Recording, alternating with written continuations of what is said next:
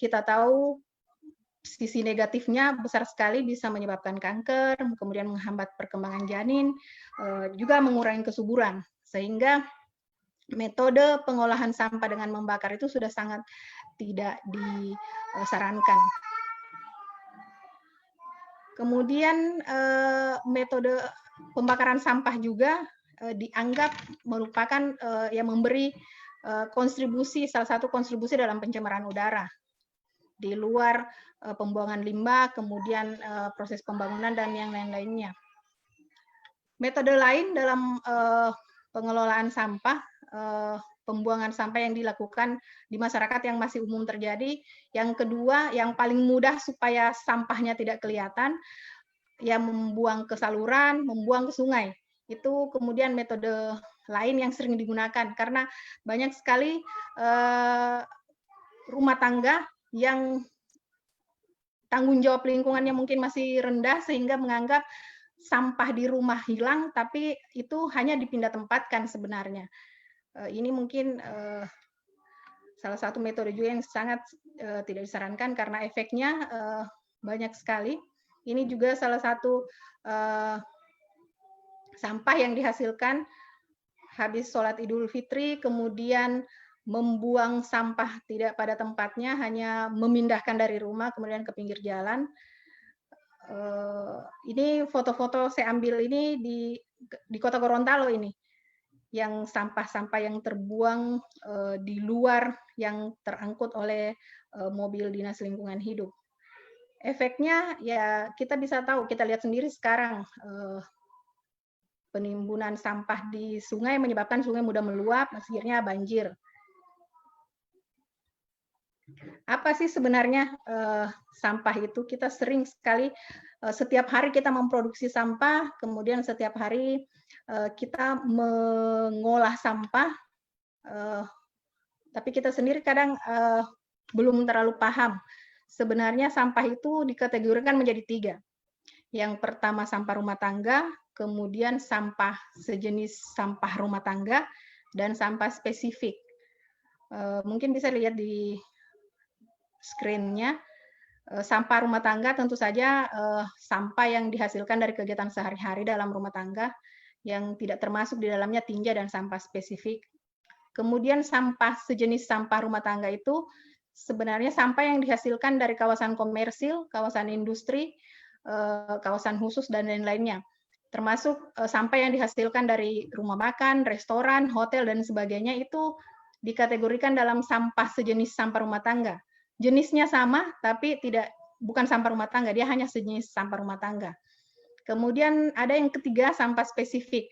Sampah yang mengandung B3, mengandung LB3, kemudian sampah yang timbul akibat bencana, mungkin sampah-sampah seperti yang terjadi saat ini setelah banjir kemudian surut, ada banyak sampah yang terbawa, ada puing bongkaran bangunan, dan sejenis sampah yang tidak bisa diolah hanya melalui teknologi tertentu.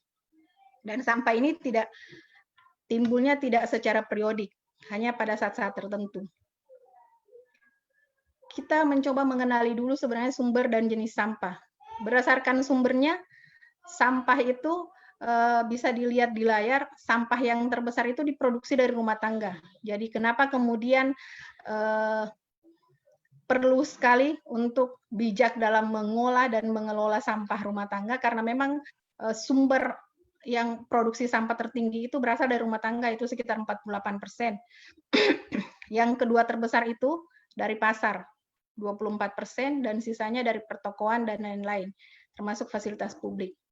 Kemudian untuk jenisnya, jenis sampah sendiri yang terbesar 65% dari sampah yang diproduksi itu ditempati oleh sampah organik. Jadi sampah organik sebenarnya diproduksi paling besar, apalagi dalam skala rumah tangga.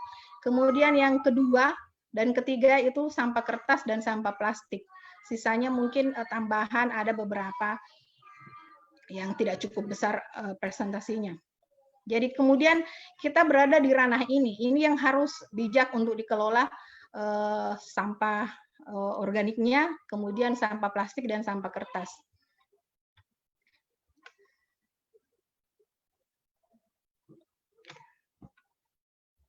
mengelola sampah sekarang sudah berubah paradigmanya. Paradigma lama, kalau dulu mengelola sampah itu dianggap setelah dari sumber, kemudian dikumpul, ada yang dikumpul dengan menggunakan gerobak, kemudian dipindah ke truk kemudian diangkut ke TPA.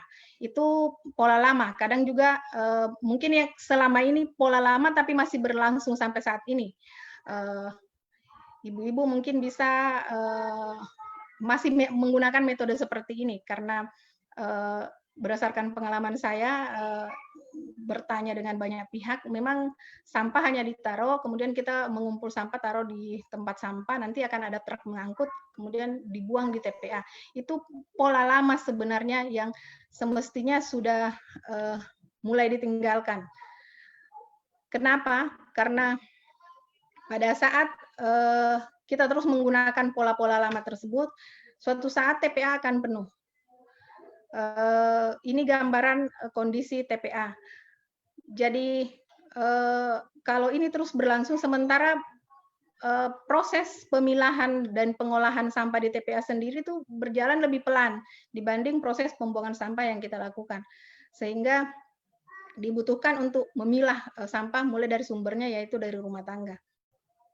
Ini hanya gambaran saja, suatu saat bumi akan penuh dengan sampah kalau kita tidak mulai mengelola. Kemudian yang bagaimana paradigma barunya?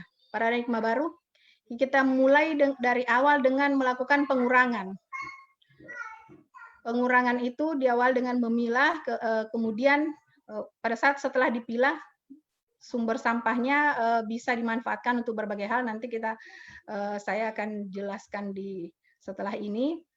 Setelah dipilah, kemudian diolah sendiri di rumah tangga, hasil pemilahan itu yang kemudian yang akan dikumpulkan lewat mobil sampah yang selama ini. Jadi yang tersisa itu hanya tinggal residu. Yang diangkut hanya sisa-sisa yang memang betul sudah tidak bisa diolah. Itulah yang diangkut ke TPA. Sehingga proses pengolahan sampah di TPA juga bisa berjalan seirama, sehingga tidak cepat. Karena informasi yang saya dapat, TPA yang kita gunakan saja sekarang, TPA Talumelito, itu kemungkinan 2022 atau 2023 itu sudah penuh, harus mencari lahan lain lagi. Pihak pemerintah provinsi harus mencari lahan lain lagi. Ini harus warning juga buat kita bagaimana mengurangi sampah dari sumbernya agar itu tidak terus berlangsung. Kenapa sampah harus diolah? Masalahnya pada saat sampah tidak diolah, yang pertama tadi itu akan menjadi, kalau mengikuti pola lama, kemudian suatu saat akan penuh di TPA, kemudian nantinya akan bertumpuk menghasilkan bau. Bisa dilihat sendiri bagaimana begitu banyaknya kritikan di medsos pada saat sehari saja mobil sampah tidak mengangkut sampah.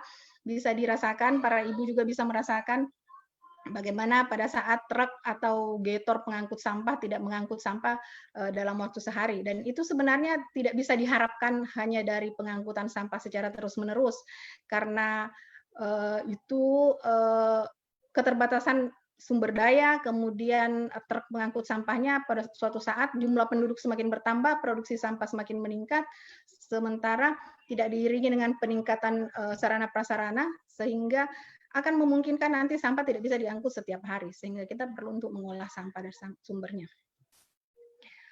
Bagaimana memisahkan sampah? Sebenarnya pemisahan sampah kalau berdasarkan kementerian saat ini sudah terbagi menjadi 5, hanya saja ini perlu dimudahkan saja di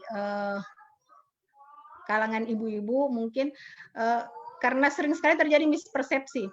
Jadi selama ini kadang-kadang kalau kita menyampaikan pemilahan sampah kering dan sampah basah, banyak mispersepsi yang terjadi di hasil wawancara saya dengan beberapa rumah tangga. Kadang-kadang plastik bekas ikan itu dianggap sebagai sampah basah karena istilah sampah basah dan sampah kering itu. Tapi kemudian pada saat lebih memilah lagi hingga menjadi 5, itu akan menyulitkan. Jadi kita mau berusaha mempersingkat dengan hanya membagi antara sampah organik dengan sampah anorganik. Karena pemilahan sampah ini sendiri sebenarnya sering sekali terjadi mispersepsi. Bahkan di beberapa kesempatan saya sering mendapat pertanyaan karena ada orang yang ternyata mengkelaskan sampah organik, anorganik, dan residu. Residu itu dianggap sebagai bagian dari klasifikasi sampah. Padahal sebenarnya residu itu adalah sisa yang tidak dapat diolah lagi. Sehingga itu harus diangkut, harus hanya bisa diolah dengan menggunakan teknologi, sehingga itu harus diangkut ke TPA. Ini gambaran saja hanya untuk bagaimana cara memisahkan sampah. Jadi mengelompokkan sampah berdasarkan organik dan anorganiknya. Kalau ini membagi menjadi 4, memisahkan sampah yang sisa, sampah basah yang dari dapur, kemudian memisahkan kaleng dengan botol tersendiri, kertas, dan plastik juga disendirikan, kemudian sampah B3. Kalau sampah B3 ini memang harus membutuhkan pengolahan tersendiri yang belum bisa dilakukan untuk skala rumah tangga, karena ini merupakan bahan-bahan berbahaya yang dikhawatirkan pengelolaannya salah sehingga bisa beresiko. Ini ada gambaran jenis-jenis sampah per berapa lama akan waktu yang dibutuhkan untuk terurai. Ini sebenarnya sudah sering juga bisa didapat infonya di beberapa broadcasting dan kemudian di internet juga banyak. Jadi yang terlama yang tidak bisa terurai itu sebenarnya styrofoam, sama sekali tidak bisa terurai, dan paling cepat yang klasifikasi daun, buah, dan sayuran itu yang tercepat 2-4 minggu. Sementara kantong plastik, tas kresek yang biasa kita gunakan sehari-hari ini rentang penguraiannya 10-20 tahun. Sehingga memang memerlukan sekali kebijakan untuk mengelola sampah tersebut. Ada beberapa upaya dalam pengelolaan sampah. Yang pertama, kita melakukan pengomposan untuk sampah organiknya. Selain itu juga bisa dilakukan pembuatan biogas. Ini mungkin kalau skalanya cukup besar, bisa memproduksi biogas, kemudian lewat bank sampah yang berikut dengan sistem 3R, dan terakhir dengan cara lain, ada beberapa cara yang bisa dimanfaatkan selain 3R. Ini ada bagan untuk penyelesaian sampah organik. Saya rasa nanti kita bisa lebih jelaskan lebih lanjut. Sampah organik bisa diolah dengan beberapa cara. Yang pertama, melalui lubang resapan yang berfungsi sebagai resapan, lubang biopori. Beberapa orang juga menyebutnya sebagai lubang cerdas karena dia berfungsi sebagai resapan air, tapi juga berfungsi untuk memproduksi kompos. Jadi hanya dengan membuat lubang 10 dengan diameter 10-30 cm itu di halaman, jadi ini sangat disarankan sebenarnya karena fungsinya untuk resapan, terutama untuk daerah-daerah dengan permukiman yang cukup padat. Untuk daerah perkotaan, biopori merupakan alternatif pengelolaan sampah organik yang sangat disarankan. Penggunaan biopori yang ideal itu per 7 meter persegi satu buah biopori. Mestinya sudah disiapkan, sehingga pada saat hujan juga genangan ini biopori terbukti sangat efektif untuk mengurangi genangan. Jadi ibu-ibu yang punya masalah dengan genangan juga ini bisa menjadi alternatif, sekaligus menjadi tempat pembuatan kompos. Jadi hanya dengan membuat lubang, kedalamannya bisa bermacam-macam. Paling dalam itu 100 cm, kemudian paling kecil bisa sampai 30 cm. Kemudian nanti sisa makanan bisa dimasukkan di situ, menunggu waktu pematangan sekitar 4-6 minggu, itu kemudian komposnya bisa dimanfaatkan untuk tanaman. Kemudian pengelolaan sampah organik yang kedua dengan menggunakan komposter, yang disebut dengan komposter aerob.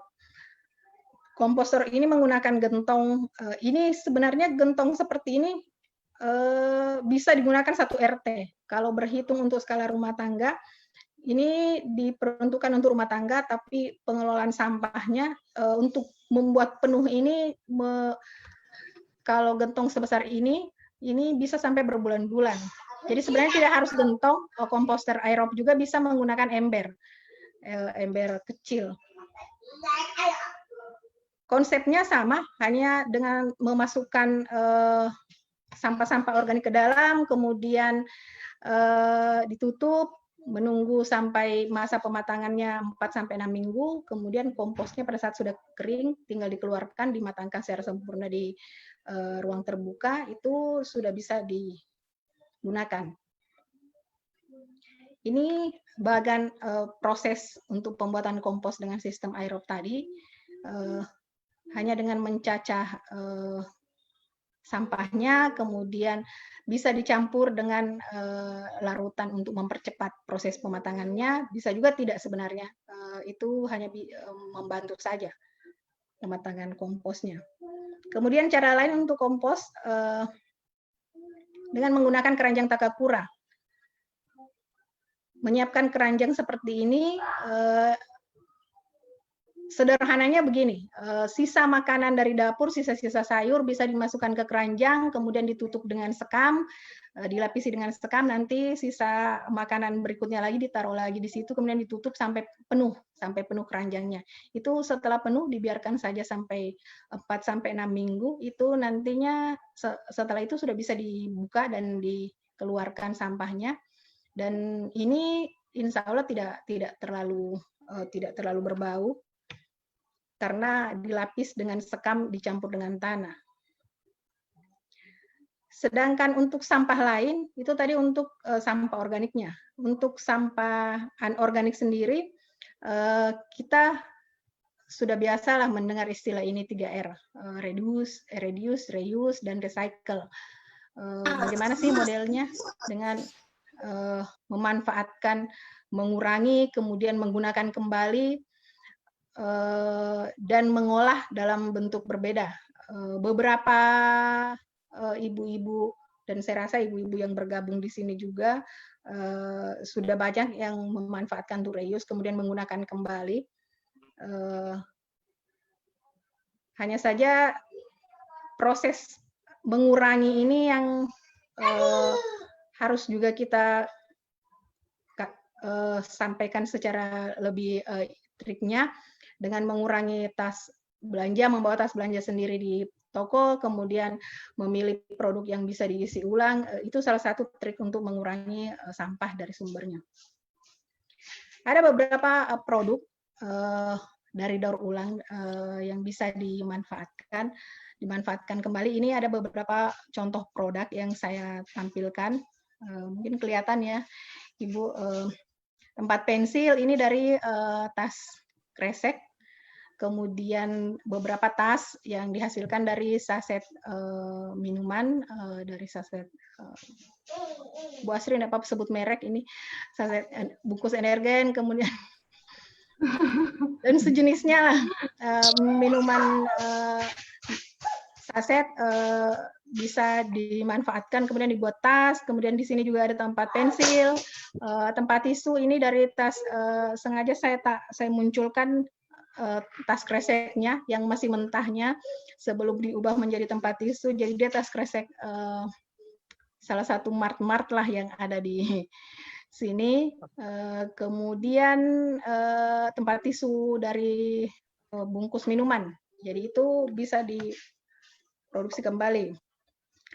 Untuk produksi yang lebih bentuk lain lagi, ini bisa kita lihat, bisa dalam bentuk payung, bisa tas belanja, dan sebagainya. Ini ada beberapa hasil kerajinan dari sampah plastik. Itu untuk pengolahan. Nah, ini juga ada dompet untuk tempat sabun dan sebagainya. Nah, pemanfaatan lainnya untuk ini reuse. Saya rasa sekarang lagi musim bunga, dengan memanfaatkan botol-botol bekas, kemudian memanfaatkan untuk sebagai pengganti polybag untuk refill minyak goreng, kemudian refill yang untuk ukuran lebih besar, sebenarnya karung beras yang 5 kilo juga bisa, sisa sabun cuci, kemudian sabun cuci piring, semuanya bisa dimanfaatkan untuk digunakan kembali, dimanfaatkan kembali. Selain itu, memanfaatkan sendiri untuk di rumah tangga, ada upaya yang lain yang bisa kita lakukan untuk mengelola sampah plastik melalui bank sampah. Apa sih fungsi dari bank sampah? Tujuannya untuk menciptakan lingkungan bersih, kemudian mengurangi jumlah sampah ke TPA, mengedukasi masyarakat supaya bisa lebih peduli lingkungan dan bisa berorganisasi, meningkatkan kreativitas, dan yang terpenting memberikan keuntungan. Bank sampah sendiri merupakan manajemen atau alur pengelolaan sampah, khususnya yang anorganik. Karena di sistem pengelolaan sampah untuk pemerintahan secara organisasi, untuk sampah organik bisa lewat TPS 3R, kemudian untuk sampah anorganik bisa lewat bank sampah. Ini kemudian dikelola secara kolektif dan sistematis sehingga manfaatnya bisa kembali pada sumbernya dan bisa tercatat hasilnya. Kenapa kemudian beberapa saat lalu juga saya sempat mempromosikan bank sampah supaya kita bisa menabung sampah yang nanti bisa bernilai ekonomi. Mekanisme bank sampah sendiri sebenarnya sederhana, jadi hanya memilah sampah di rumah, memilah sampah organik dan anorganik, kemudian menyetorkan ke bank sampah, nanti di bank sampah ditimbang untuk ditahu nilainya berapa, setelah itu dicatat dan nanti akan dibukukan dalam sebuah buku tabungan. Nanti hasil dari buku tabungan ini bisa ditarik berdasarkan konsep yang program yang dimiliki oleh bank sampah tersebut. Sampah yang dimiliki kemudian atau sampah orang lain itu bisa menjadi uang dan insya Allah bisa berberkah. Sementara perilaku hidup kotor bisa menjadi mendorong kita untuk berperilaku lebih hidup sehat dan bersih sehingga sampah bisa terolah dengan baik. Yang awalnya individual bisa menjadi bergotong royong karena sebenarnya bank sampah ini bisa dibentuk oleh kelompok mana saja. Dalam skala satu kompleks perumahan saja bisa membuat ini. Yang tujuan akhirnya itu lingkungan bersih, sehat, indah, dan bersahaja. Terima kasih. Itu mungkin sekilas dulu pemaparan saya terkait dengan bagaimana mengelola dan mengolah sampah untuk skala rumah tangga. Terima kasih Bu Asri. Saya kembalikan lagi. Ya, terima kasih Ibu Sutarni Arifi atas paparannya soal sampah. Baik, ibu-ibu sekalian, ada bapak-bapak juga. Disilahkan kalau ada yang ingin disampaikan soal sampah ini, pertanyaan, pengalaman, atau mungkin ada tips, trik, dan lain sebagainya. Langsung saja, kita masih ada waktu ini. Kak, cek enzim itu Kak, iya. Punya sudah gabak ulat. Itu bagaimana ya? Bilang itu kan biasanya dia sampai 4 gabak ulat loh. Nurdiana. Ngomong Jo. Tunggu. Iya. Oh, tadi belum disiapkan pertanyaannya. Iya, silakan.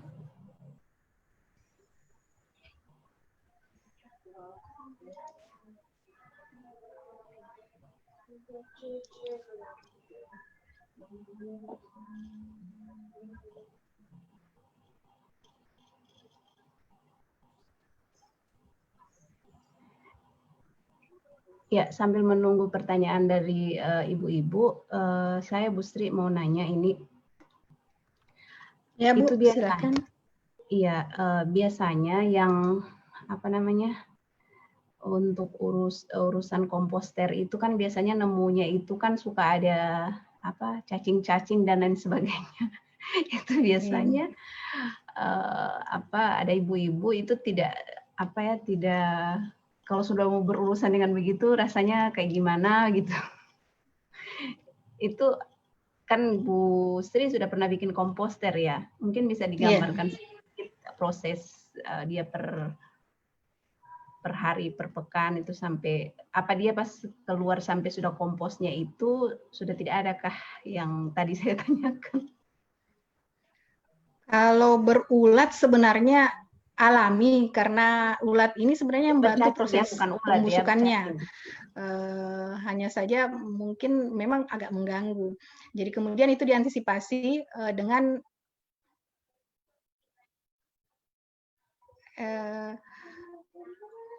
cacing. Kalau cacing sih tidak ada masalah karena memang menggambarkan kalau itu komposnya berkualitas.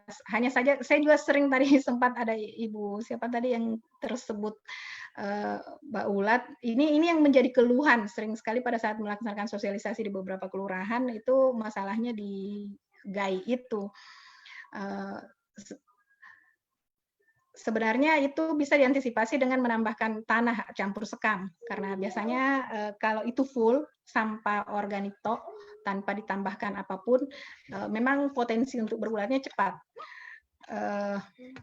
karena sebenarnya yang membantu proses pembusukannya itu ulatnya, hanya saja itu membuat saya saja awalnya juga begitu agak geli tapi bisa dicampur jadi dilapisi dengan tanah campur sekam. Jadi pada saat ulatnya sudah muncul itu bisa ditutup, dilapis di atasnya lagi. Walaupun sebenarnya belum muncul. Pada saat ingin menambah sampahnya lagi kan lapisan pertama mestinya diawali dulu dengan campuran tanah atau sekam, kemudian ditaruh sampah organiknya, sisa-sisa makanan, kulit buah dan sebagainya yang sudah dicacah. Sebaiknya sih dicacah supaya mempercepat proses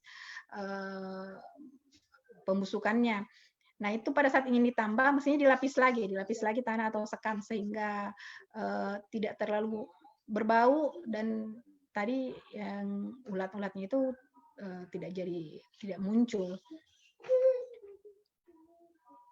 Oh begitu ya, berarti dia pakai sekam ya, kayak tadi yang di keranjang itu ya. Iya, jadi ya, kalau itu kalau untuk keranjang dengan pakai komposter. Hanya saja karena saya kan biasanya juga pakainya biopori. Kalau biopori kan dibiarkan begitu saja, tidak kelihatan karena dia di tanah, ditanamnya di tanah. Langsung ya. Iya. Kalau yang biopori itu berarti ininya bisa diambil tanahnya. Bisa. Ada komposnya di situ ya. Oh iya.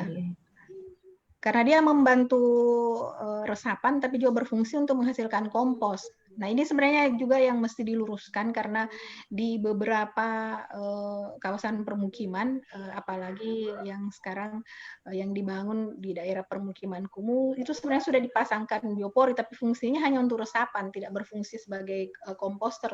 Sayang sekali sebenarnya karena ini lubang cerdas, dia bisa multifungsi, tapi terkadang orang memanfaatkannya hanya untuk sebagai resapan. Padahal fungsi peresapannya itu lebih cepat pada saat dia diisi kompos. Oh begitu ya. Oke.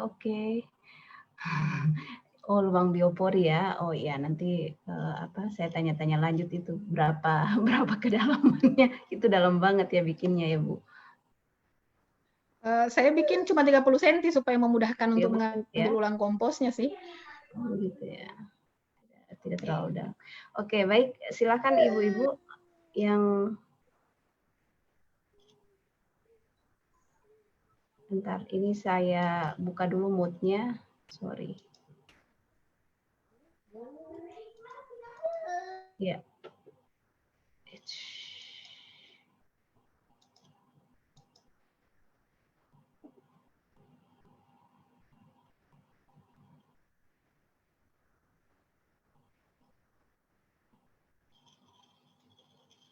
Halo Ibu Mimi, silakan Ibu Mimi.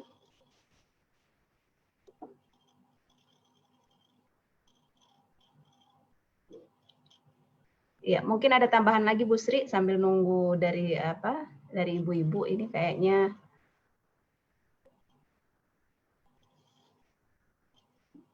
Sorry sebentar.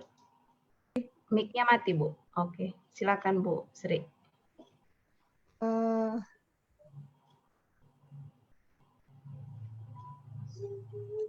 Tahapan untuk pembuatan komposnya sih. Silakan Ibu Indri, ada angkat tangan. Iya, Bu Sri, terima kasih pemaparannya keren. Apa namanya? Saya tuh penasarannya, penasaran kayak gini. Saya mau izin share dulu sebentar. Boleh share konten ya? Bisa, Boleh, bisa. Saya mau share. Ada nggak? Iya, ada. Jadi tuh Bu Sri, di sini itu kan kita tuh dapat kalender sampah. Iya, iya. Iya. Kalender sampah. Jadi beda hari, beda sampah yang dikumpul. Jadi kalau kayak sampah basah itu cuma dikumpul seminggu 2 kali. Jadi kalau tak lewat, bye.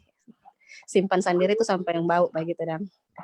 Saya tuh penasaran kira-kira orang bisa tidak ya mencapai keadaan pengelolaan sampah tuh kayak gini. Jadi semua orang patuh pada aturan yang pemerintah so bikin. Wah, ini kalau mau buang sampah harus kayak gini aturannya.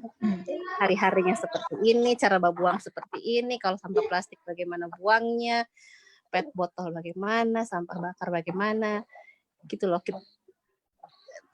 Kendala utama orang tuh di mana ya? Padahal kan informasi seputar pengelolaan sampah itu kan ada di mana saja kan Bu Sri ya? Iya.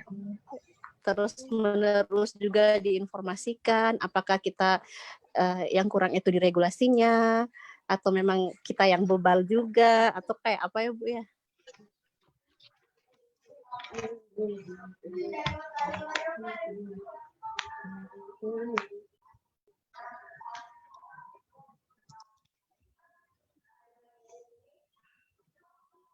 Ya, silakan Bu Sri. Iya. Terima kasih sharingnya Bu Indri. Selamat ditunggu di kepulangannya. Nanti untuk siapa tahu bisa membantu untuk mensosialisasikan ini. Terus terang sosialisasi masalah sampah ini saya dan teman-teman sudah lakukan itu dari tahun 2016. Dari kelurahan ke kelurahan, hanya saja memang kendala terbesarnya itu ya kembali lagi ke tanggung jawab lingkungan masing-masing. Ini yang terjadi. Saya juga sempat berdiskusi dengan teman-teman yang pernah tinggal di Jepang, kemudian itu hari juga ada tamu dari Jepang yang menyampaikan hal serupa. Kalau proses sampah itu hanya diserahkan ke pemerintah, dan itu yang terjadi sebenarnya di kita saat ini. Seolah-olah sampah itu bukan masalah personal, bukan masalah setiap rumah tangga, itu masalahnya pemerintah. Jadi setiap rumah tangga hanya menganggap setelah saya membuang sampah, menyimpan sampah di depan rumah, itu sudah menjadi tanggung jawabnya DLH yang harus mengangkut itu sampai ke TPA. Jadi pada saat itu tidak terangkut, itu kan membusuk, semuanya pasti ribut. Dan itu terjadi sering sekali di media sosial, pasti hujatan yang keluar, sampah yang tidak terangkut sehari 2 hari.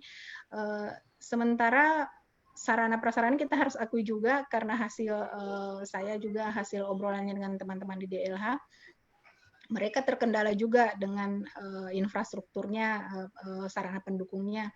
Truk sampah yang terbatas, kemudian tenaga pengangkut sampahnya juga minim, sehingga tidak memungkinkan. Kalau yang saya dengar dari teman, kalau di Jepang kan ada harinya ya, Bu Indri.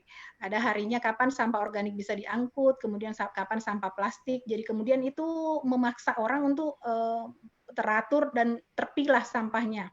Kalau kondisinya di sini, sampah yang terpilah itu memang belum. Dan sarana yang ada sekarang juga, mungkin rumah tangga memilah, tapi sistem pengangkutannya tetap diangkutnya sama, dalam satu truk yang sama. Jadi banyak yang kemudian berpikir, ngapain saya memilah?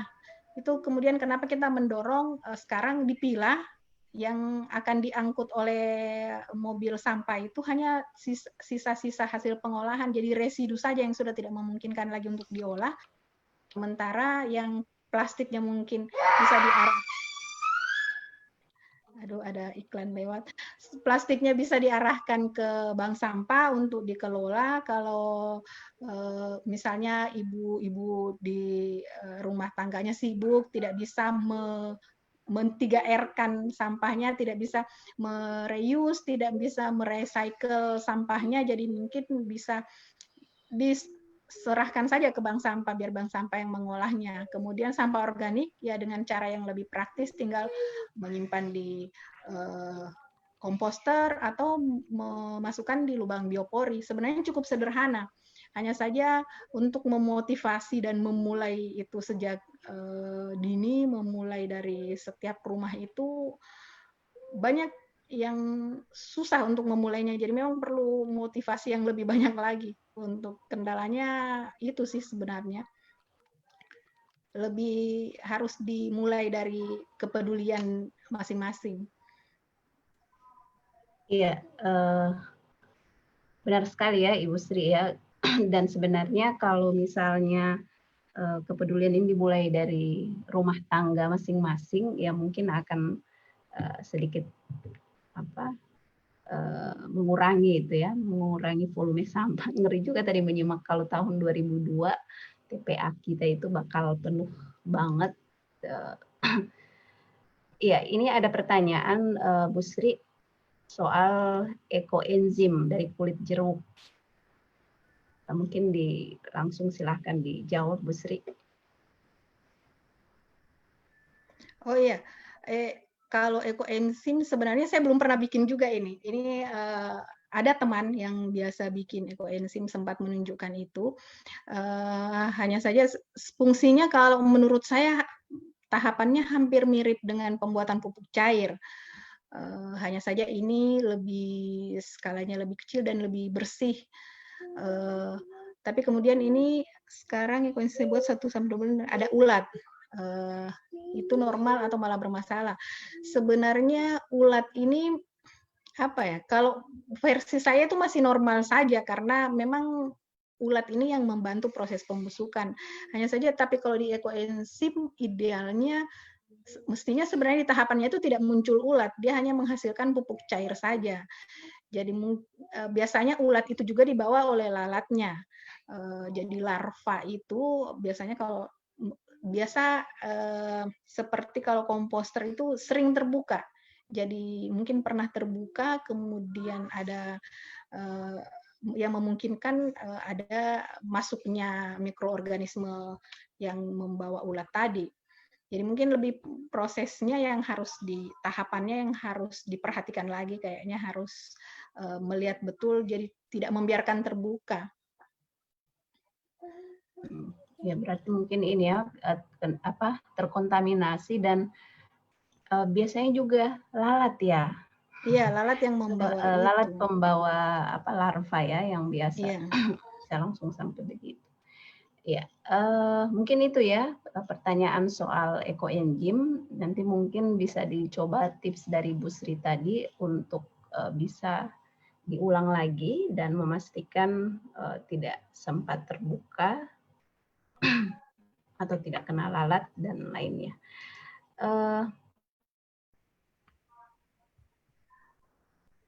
Ini kebetulan ada Jahra. Siapa tahu mau berbagi soal sampah.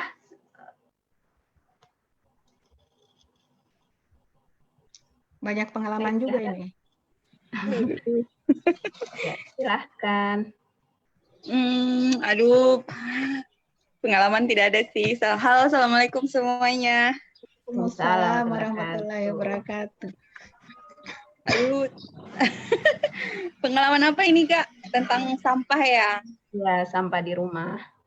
Oh, kebetulan kalau kami di rumah, sampah yang sisa hasil rumah tangga itu kayak air cucian gas, potongan-potongan kulit sayur yang bagian yang tidak dimakan, dikonsumsi dari bahan pangan itu dikasih ke ternak. Jadi karena di rumah ada kambing, ada ayam, ada ikan, ya tidak banyak, cuma sebagai hiburan. Kebetulan mertua saya yang punya, bukan saya.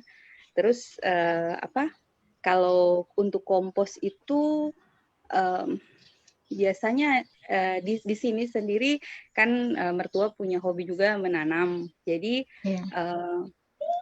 yang digunakan sebagai media campuran tanah itu lebih banyak daun-daun yang kering. Sama kadang sisa air ikan, air cucian ikan.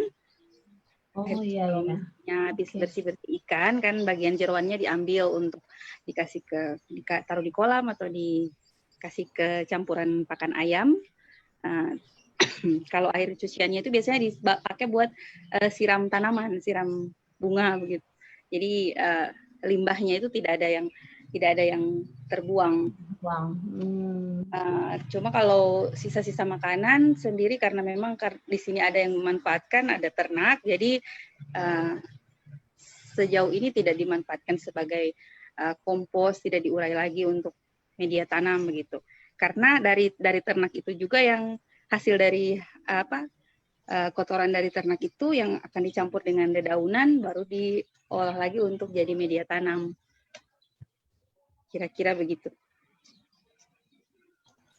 Jadi sebenarnya juga salah satu solusi ya di rumah kita kalau misalnya untuk mengurangi sampah itu adalah beternak, ternak ayam, ikan, apa lagi ya? Kambing. Mungkin kalau di kota kayaknya agak susah ya kalau sampai kambing. Iya, betul sekali.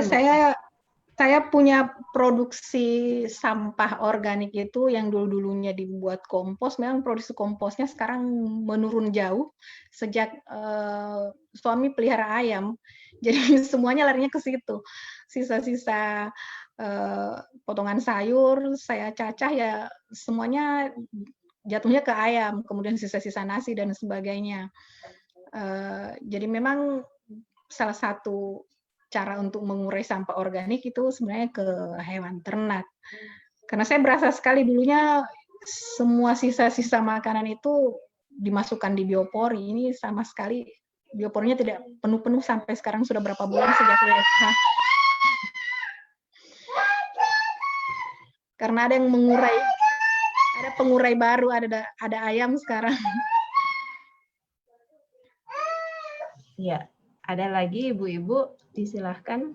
Ya, sambil saya ngecek di chat. Ya, sudah jam 14.00 ya. Ada lagi? Aisyah?